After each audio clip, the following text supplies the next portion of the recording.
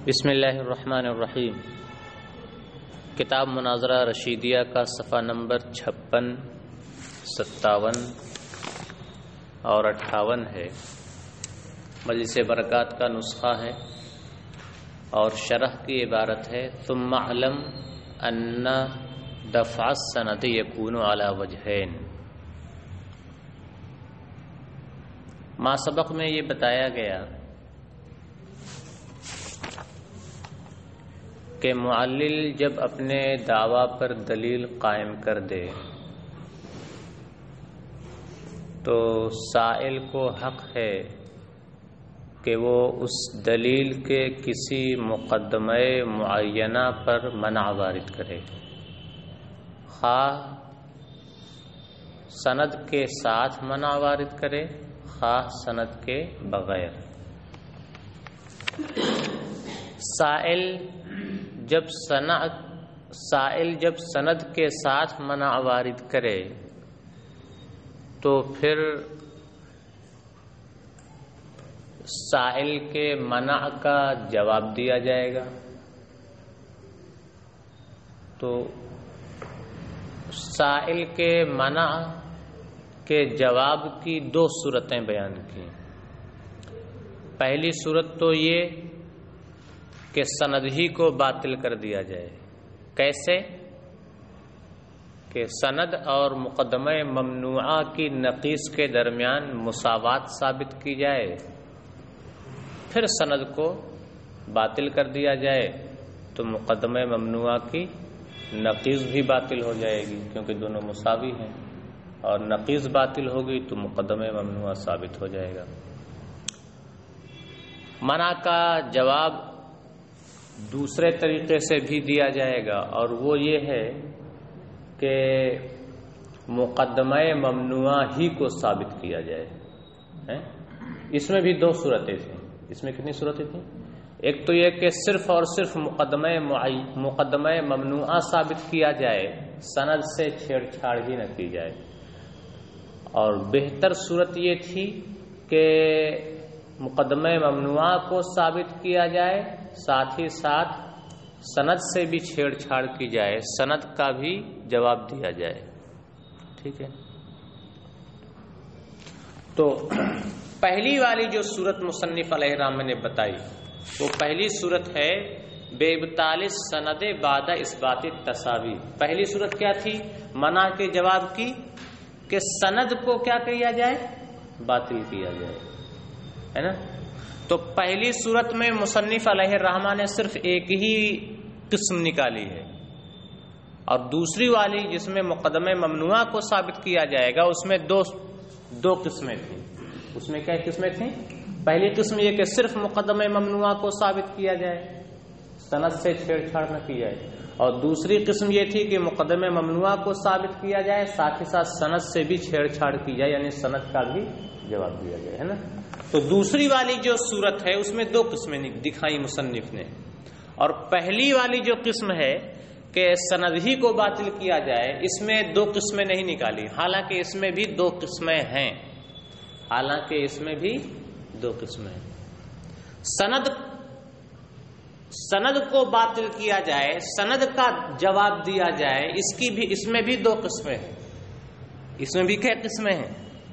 ایک تو وہی کہ سند اور مقدمہ ممنوعہ کی نقیص کے درمیان مساوات ثابت کرنے کے بعد سند کو باطل کیا جائے، کہ جب سند باطل ہو جائے گی تو مقدمہ ممنوعہ کی نقیص بھی باطل ہو جائے گی، اور جب مقدمہ ممنوعہ کی نقیص باطل ہوگی تو مقدمہ ممنوعہ ثابت ہو جائے گا۔ ایک تو یہ، اور دوسری صورت یہ ہے کہ سند کا جواب دینے کی دوسری صورت یہ ہے کہ سند اگر نظری ہو، سائل نے جو سند پیش کی ہے اگر سند نظری ہو تو مدعی اور معلل کو یہ حق ہے کہ وہ اس سند نظری پر سائل سے دلیل کا مطالبہ کرے کہ تم نے جو سند پیش کی ہے چونکہ وہ نظری ہے، اس لیے اس پر کیا کرو؟ دلیل پیش کرو۔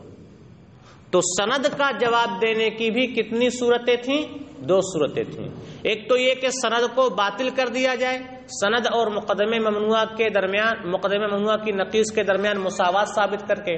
دوسری صورت یہ تھی کہ سند اگر نظری ہو تو معلل کو یہ حق ہے کہ وہ سائل سے کہے کہ چونکہ تمہاری سند نظری ہے اس لیے اپنی سند پر کیا کرو، دلیل پیش کرو۔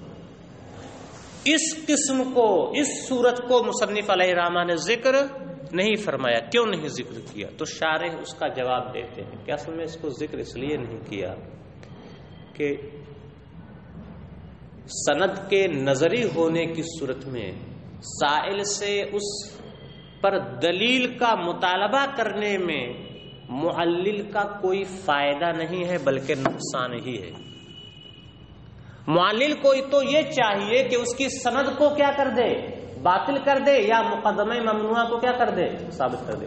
اگر اس نے سائل سے سند پر دلیل پیش کر دی، اگر معلل نے سائل سے سند پر دلیل کا مطالبہ کیا اور سائل نے دلیل پیش کر دی تو تب تو اس معلل کا نقصان ہے۔ تو ایسا کام ہی کیوں کرے جس میں اس کا نقصان ہو؟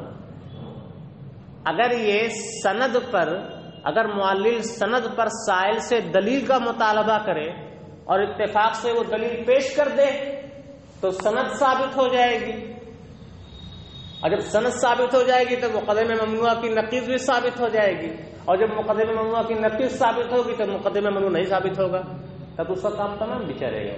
اس لیے ایسا کام ہی کیوں کر رہے ہو جس میں تمہارا نقصان ہے؟ اس لیے اسے کیا کیا ہے مصنف نے، ذکر نہیں کیا ہے، صرف دوسری صورت کا ذکر کیا ہے، اور وہ یہ کہ معلل کو چاہیے کہ سند اور مقدمہ ممنوعہ کی نقیض کے درمیان پہلے مساوات ثابت کرے اور پھر کیا کر دے، سند کو باطل کر دے، کیونکہ سند باطل ہو جائے گی تو مقدمہ ممنوعہ کی نقیض بھی باطل ہو جائے گی، اور جب نقیض باطل ہو جائے گی تو مقدمہ ممنوعہ ثابت ہو جائے گا۔ وہی کہ ثم علم ان دفع السند يكون على وجهين احدهما المنع بان يكون نظريا فيطلب المعلل الدليل من المانع عليه۔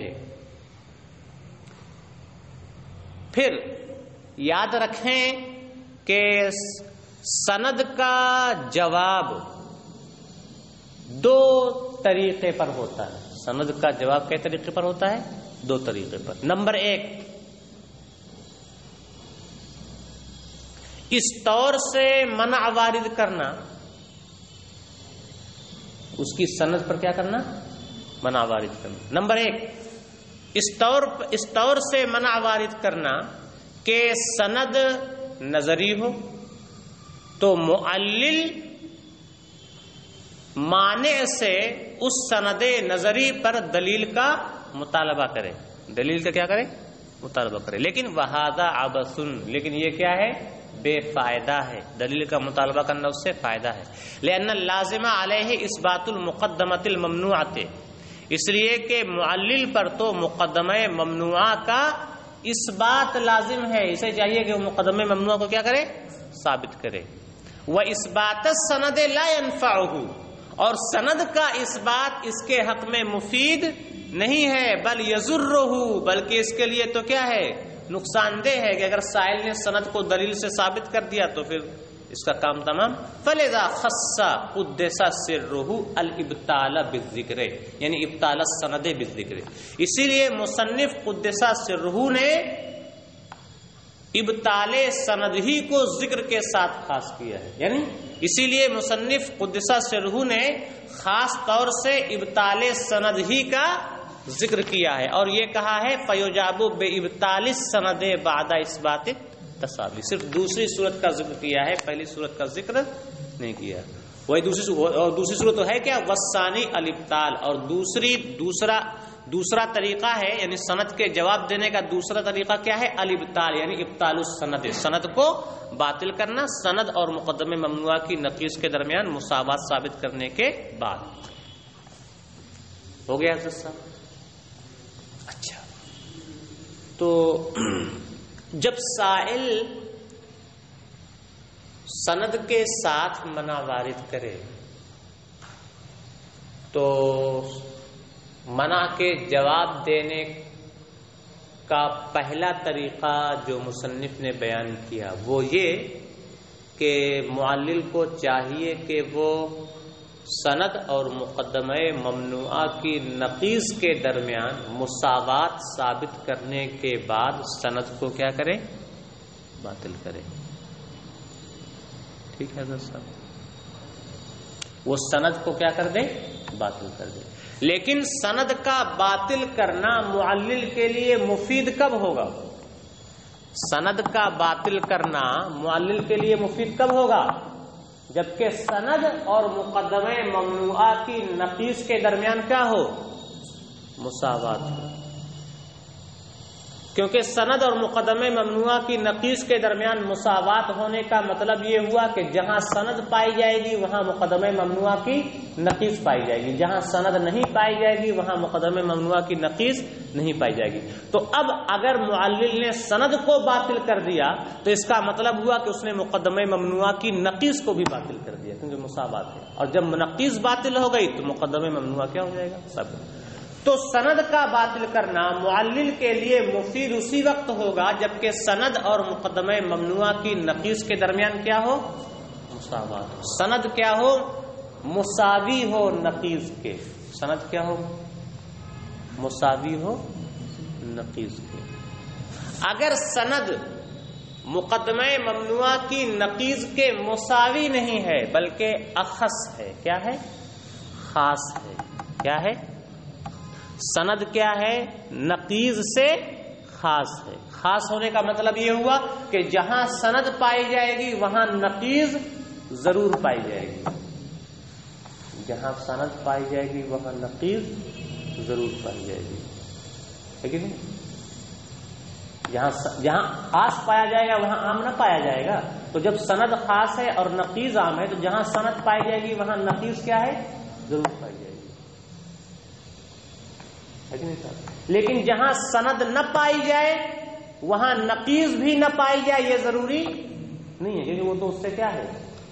عام. تو کیا ہے؟ تو خاص کا نہ پایا جانا عام کے نہ پائے جانے کو مستلزم نہیں ہے. تو سند اگر مساوی نہیں ہے نقیض کے، سند کیا ہے؟ نقیض سے خاص ہے. سند نقیض سے خاص ہے تو سند کو باطل کرنا معلل کے لیے مفید نہیں ہوگا. کیونکہ سند کو باطل کر دیا اس کا مطلب یہ ہے کہ سند نہیں پائی جا رہی ہے، لیکن سند کے نہ پائے جانے سے نقیض بھی نہیں پائی جا رہی ہے یہ ثابت نہیں ہوا. اس لیے کہ نقیض تو کیا ہے؟ عام ہے. خاص کے نہ پائے جانے سے عام کا نہ پایا جانا لازم نہیں ہے. جیسے ہم لوگ انسان ہیں، حیوانے ناطق منطق کی روح سے ہم لوگ کیا ہیں؟ ناطق ہیں. یہاں ساحل کا وجود نہیں ہے. ساحل کا وجود ہے نہیں ہے نا. تو ساحل خاص اور حیوان کیا؟ عام. تو ساحل کا یہاں وجود نہیں ہے، لیکن ساحل کے وجود نہ ہونے سے حیوان کا بھی وجود نہ ہونا لازم نہیں آ رہا. ساحل کے انتفاع سے حیوان کا انتفاع لازم نہیں آ رہا. یہاں حیوان ہے، منطق کی روح سے کیا ہے؟ حیوان. تو خاص کے انتفاع سے عام کا انتفاع بھی ہو جائے یہ لازم نہیں ہے. تو جب سند خاص ہوگی اور نقیض عام ہوگی تو اگر معلل سند کو باطل کر دے تو اس سے نقیض کا بطلان لازم نہیں ہے. جیسے کہ نقیض تو کیا ہے؟ خاص کے بطلان سے عام کا بطلان نہیں ثابت ہوتا ہے. ٹھیک ہے. تو معلوم ہوا کہ سند کا ابطال معلل کے لیے مفید تبھی ہوگا جبکہ سند نقیض کے مساوی ہو. اگر سند نقیض سے خاص ہے تو سند کا بطلان نقیض کے بطلان کو مستلزم. ٹھیک ہے حضرت صاحب. اسی طرح سند کیا ہو؟ عام ہو اور نقیض کیا ہو؟ خاص ہو. سند کیا ہو؟ عام ہو اور نقیض کیا ہو؟ خاص ہو. تو عام کے بطلان سے خاص کا بطلان ہو جاتا ہے. جیسے عام حیوان کا بطلان ہو جائے، حیوان ہی نہ پایا جائے تو نہ تو پھر ناطق پایا جائے گا نہ ساحل پایا جائے گا، ہے کہ نہیں صاحب؟ عام کے بطلان سے خاص کا بطلان لازم آتا ہے. تو اگر سائل نے جو سند پیش کی ہے اگر وہ سند نقیض سے عام ہو، نقیض سے کیا ہو، تو اگر معلل سند کو باطل کر دے تو نقیض کا بھی بطلان ہو جائے گا، اس لیے نقیض خاص ہے، جب عام کا بطلان ہو گیا تو خاص کا بطلان ہو گیا۔ تو سند عام کا بطلان کیا، سند عام کو باطل کرنا یہ معلل کے لیے مفید ہوگا، لیکن سند عام تو گویا سند ہی نہیں ہے، پہلے بھی بیان کر چکے ہیں۔ سند عام کیا ہے؟ در حقیقت سند ہی نہیں، اس لیے اس کا جواب دینے کی ضرورت نہیں۔ سائل اگر سند عام پیش کرے تو اس کا جواب دینے کی ضرورت ہی نہیں ہے، وہی کہہ رہے ہیں، کریں وہوا انما ينفع اذا كان مساويا وهو اي وابطال السند، هو ضمیر کا مرجع کیا ہے؟ ابطال، هو ضمیر کا مرجع کیا ہے؟ ابطال۔ انما ينفع اذا كان، کانا میں هو ضمیر پوشیدہ فاعل ہے، مرجع ہے سند، مرجع کیا ہے؟ سند۔ مساویہ للمنع، منع سے یہاں مراد ہے مقدمہ ممنوعہ کی نقیض۔ منع سے کیا مراد ہے؟ منع ترجمہ مت کرنا، نیچے حاشیہ میں لکھا بھی ہے، منع سے کیا مراد ہے؟ مقدمہ ممنوعہ کی نقیض، ٹھیک ہے، تب ترجمہ ہوگا وہ ہوا۔ اور سند کو باطل کرنا صرف اسی وقت معلل کے لیے مفید ہوگا جبکہ سند مقدمہ ممنوعہ کی نقیض کے مساوی ہو، لأن انتفاع احد المتساویین فی الخارج يدل على انتفاع الآخر فیہ، اس لیے کہ دو مساوی چیزوں میں سے ایک کا خارج میں نہ پایا جانا خارج میں دوسرے کے بھی نہ پائے جانے پر دلالت کرتا ہے۔ بات واضح ہو گئی؟ بخلاف ما اذا کان اخص، برخلاف اس صورت کے جبکہ سند کیا ہو؟ خاص ہو اور نقیض کیا ہو؟ عام ہو۔ برخلاف اس صورت کے جبکہ سند خاص ہو، فإنه لا ينفع، اے فإنه لا ينفع ابطال السند الاخص، کیونکہ سند خاص کا ابطال معلل کے لیے مفید نہیں ہوگا، کیونکہ خاص کا نہ پایا جانا یہ عام کے نہ پائے جانے کو مستلزم نہیں ہے۔ فإن انتفاع الاخص لا يستلزم انتفاع العام، کیونکہ خاص کا نہ پایا جانا عام کے نہ پائے جانے کو مستلزم نہیں ہے۔ وَأَمَّا السَّنَدُ الْأَعَمُّ، اور رہی سند عام یعنی سند عام ہو اور نقیض کیا ہو؟ خاص ہو، تو یہ معلل کے لیے مفید تو ہوگا لیکن وہ در حقیقت سند ہی نہیں ہے۔ فَهُوَ بِالْحَقِيقَةِ لَيْسَ بِسَنَدٍ، تو وہ در حقیقت کیا ہے؟ سند ہی نہیں ہے۔ وَلِذَلِكَ قَيَّدَ الْمُصَنِّفُ الْإِبْطَالَ بِقَوْلِهِ بَعْدَ إِثْبَاتِ التَّسَاوِي، اسی بنیاد پر تو مصنف علیہ الرحمٰن نے ابطال سند کو بعد اثبات التساوی کی قید سے کیا کیا ہے؟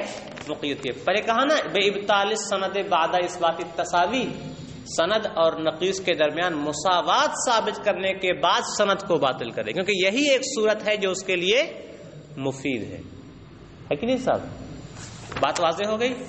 آگے بڑھیں اب، اور آگے تو بہت آسان ہے، بالکل ایک دم حلوہ سمجھ لو۔ تو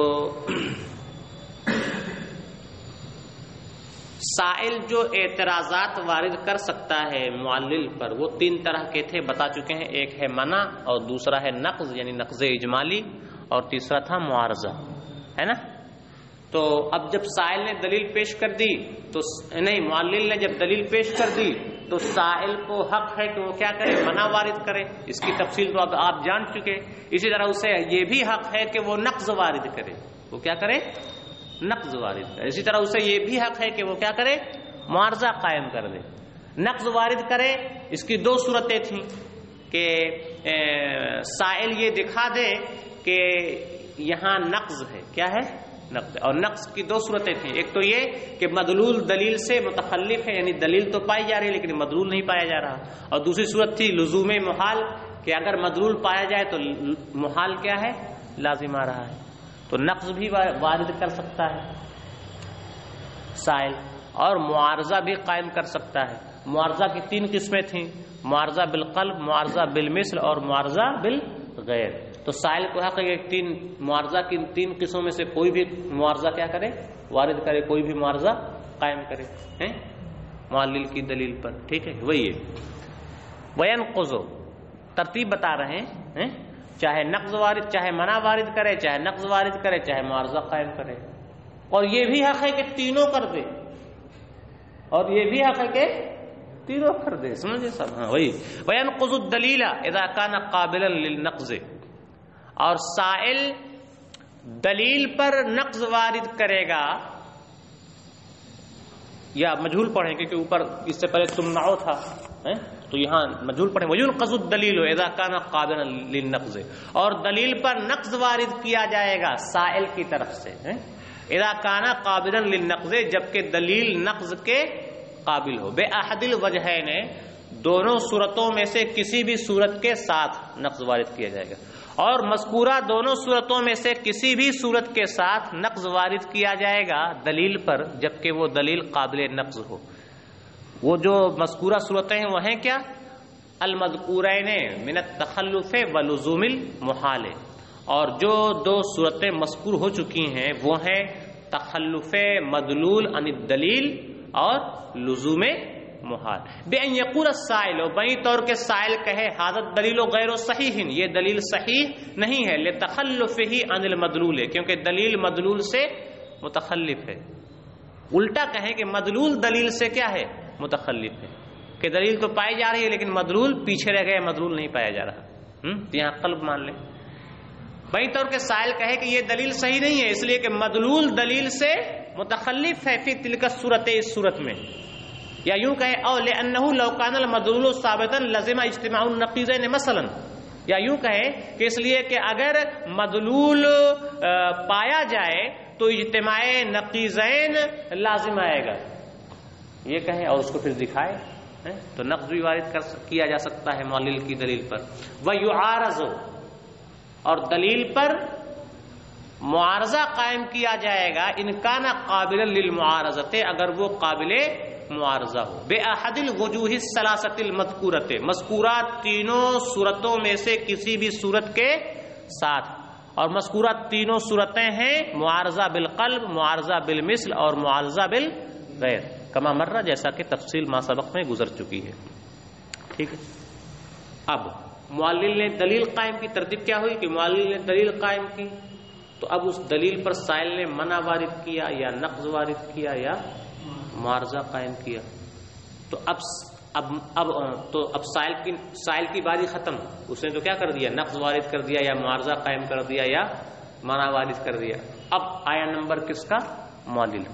تو اب معلل اس کے منع کا جواب دے گا یا اس کے نقض کا جواب دے گا یا اس کے معارضہ کا جواب دے گا۔ ٹھیک ہے صاحب، تو یاد رکھیں جب سائل نے نقض وارد کیا یا معارضہ قائم کیا تو اب سائل بھی معلل ہو گیا، اب سائل بھی کیا ہو گیا؟ معلل ہو گیا، اب سائل بھی کیا ہو گیا؟ معلل ہو گیا۔ تو اب معلل اول، یہ معلل ثانی ہو گیا، تو اب معلل اول یعنی مدعی کو یہ حق ہے کہ چونکہ اب یہ بھی معلل ہو گیا ہے لہذا اب اس کی بات پر اسے حق ہے کہ منع وارد کرے یا نقض وارد کرے یا معارضہ وارد کرے، سمجھ گئے؟ اسے بھی حق ہے کہ وہ منع وارد کرے یا نقض وارد کرے یا معارضہ وارد کرے، سمجھ گئے صاحب؟ اور یہ جو ہم یا کا لفظ لا رہے ہیں کہ منع وارد کرے یا نقض وارد کرے یا معارضہ قائم کرے، اس کا یہ مطلب نہیں ہے کہ کوئی ایک ہی کر سکتا، نہیں، تینوں بھی کر سکتا ہے، تینوں بھی۔ یہاں جو او ہے، یہاں جو لفظ یا ہے، یہ منع خلو کے لیے ہے، منع جمع کے لیے نہیں ہے۔ منع خلو کا مطلب ہوا کہ تینوں میں سے تینوں صورتیں خالی ہو جائیں، یعنی تینوں صورتیں نہ پائے جائیں، ایسا نہیں ہو سکتا ہے۔ جب وہ معلل کیا کرے، جب سائل نے منع یا نقض یا معارضہ قائم کیا تو اب معلل اول کیا ہے، اس پر کیا کرے گا؟ منع وارد کرے گا یا نقض وارد کرے گا یا معارضہ قائم کرے گا۔ تو ان تینوں صورتوں میں سے کوئی ایک ضرور کرے گا، یہ مطلب ہے۔ اور یہاں منع خلو کے لیے کہ تینوں نہ کرے، تینوں کرنا اس کے لیے ممنوع ہو، ناجائز ہو، ایسا نہیں ہے، تینوں میں سے کوئی کیا ہے وہ کر سکتا ہے۔ خلو کیا ہے؟ اس کے لیے ممنوع، خلو اس کے لیے ممنوع ہے، یعنی تینوں میں سے کوئی بھی نہ کرے، یہ اس کے لیے کیا ہے؟ ممنوع ہے۔ خلو کیا ہے؟ اس کے لیے ممنوع ہے، یعنی یہ جو منع نقض معارضہ ہے یہ تینوں خالی ہو جائے، تینوں سے اسے خالی کر دیا جائے، علیحدہ کر دیا جائے، یہ کیا ہے؟ ممنوع ہے۔ منع ہے، جمع کرنا ممنوع اس کے لیے نہیں ہے، سمجھ گئے سر؟ تینوں کو جمع کر سکتا ہے کہ نقض بھی وارد کر سکتا ہے، منع بھی وارد کر سکتا ہے اور معارضہ بھی قائم کر سکتا ہے۔ تو او یہاں کہے کے لیے ہے منع خلو کے لیے ہے، منع جمع کے لیے نہیں ہے، یعنی اس کے یعنی معلل کے لیے تینوں سے خالی ہو جانا یہ ممنوع ہے، جمع کرنا ممنوع نہیں ہے، تینوں کو وہ جمع کر سکتا ہے لیکن تینوں میں سے کوئی بھی نہ کرے یہ ممنوع ہے اس کے لیے۔ تو منع خلو کے لیے ہے، منع جمع کے لیے نہیں ہے، یاد رکھیے گا یہ، ٹھیک ہے؟ وہی کرے فیجاب فی صورت النقض والمعارضۃ بالمنع او النقض او المعارضۃ، ہے نا متن کی عبارت۔ لہذا نقض اور معارضہ کی صورتوں میں سائل کو جواب دیا جائے گا منع کے ذریعہ یا نقض کے ذریعہ یا معارضہ کے ذریعہ۔ منع کے ذریعہ جبکہ وہ قابل منع ہو، نقض کے ذریعہ جبکہ وہ قابل نقض ہو، معارضہ کے ذریعہ جبکہ وہ قابل معارضہ ہو۔ تو یہ معلل کیوں منع وارد کرے گا یا نقض وارد کرے گا یا معارضہ قائم کرے گا؟ یہ تو مدعی ہے، تو یہ کیوں یہ سب کرے گا؟ تو وہی کرے لأن المعلل الاول بعد النقض والمعارضة يصير سائلا، اس لیے کہ معلل اول نقض اور معارضہ کے بعد سائل ہو جاتا ہے، جیسے وہ سائل تھا اب یہ بھی کیا ہو گیا؟ سائل ہو گیا۔ تو سائل کو حق ہے کہ وہ منع وارد کرے، نقض وارد کرے، معارضہ قائم کرے۔ فیکون لہ ثلاثۃ مناصب کما کانت للسائل الاول، لہذا اب اس کے لیے بھی تینوں عہدے ہوں گے جیسا کہ سائل اول کے لیے تینوں منصب تھے، اب اس کے لیے بھی تینوں عہدے ہو گئے۔ اب یہ بھی کیا ہو جائے گا؟ مانع بن سکتا ہے، یہ بھی ناقض بن سکتا ہے، یہ بھی معارض بن سکتا ہے، تو اس کے لیے تینوں عہدے ہو جائیں گے۔ اس لیے کہ معلل اول نقض اور معارضہ کے بعد سائل ہو جاتا ہے، لہذا اس کے لیے بھی سائل کے تینوں عہدے ثابت ہوں گے جیسا کہ سائل اول کے لیے تھے۔ اچھا، او جو ہم نے کہا اس کا یہ مطلب نہیں ہے کہ تینوں نہیں کر سکتا ہے، کوئی ایک ہی کر سکتا ہے، صرف منع وارد کر سکتا ہے یا صرف نقض وارد کر سکتا ہے یا صرف معارضہ قائم ہوتا ہے، ایسا نہیں ہے، کوئی کرے۔ وقد یورد الاسئلۃ الثلاثۃ علی کل واحد منہما، اور یہ بھی یاد رکھیں کہ ان تین اعتراضات منع، نقض اور معارضہ، ان تینوں اعتراضات کو بھی وارد کیا جا سکتا ہے ایک ساتھ، علی کل واحد منہما، ان دونوں میں سے ہر ایک پر، یعنی معلل پر بھی اور سائل پر بھی۔ سائل بھی کیا ہے؟ تینوں ایک ساتھ وارد کر سکتا ہے، اور ایسے ہی اب یہ معلل اول بھی چونکہ اب سائل ہو گیا ہے نقض اور معارضہ کی صورت میں، تو اب یہ بھی تینوں ایک ساتھ وارد کر سکتا ہے، اور ان تینوں اعتراضات کو ان دونوں میں سے ہر ایک پر ایک ساتھ بھی وارد کیا جا سکتا ہے۔ فَكَلِمَتُ أَوْ لِمَنْعِ الْخُلُوِّ دُونَ الْجَمْعِ، اے دون منع الجمع، عبارت کیا ہے؟ دون منع الجمع، لہذا یہاں پر کلمہ او منع خلو کے لیے ہے نہ کہ منع جمع کے لیے، سمجھ گئے صاحب؟ آج کا سبق یہیں پر مکمل ہوتا ہے۔ السلام علیکم ورحمۃ اللہ وبرکاتہ۔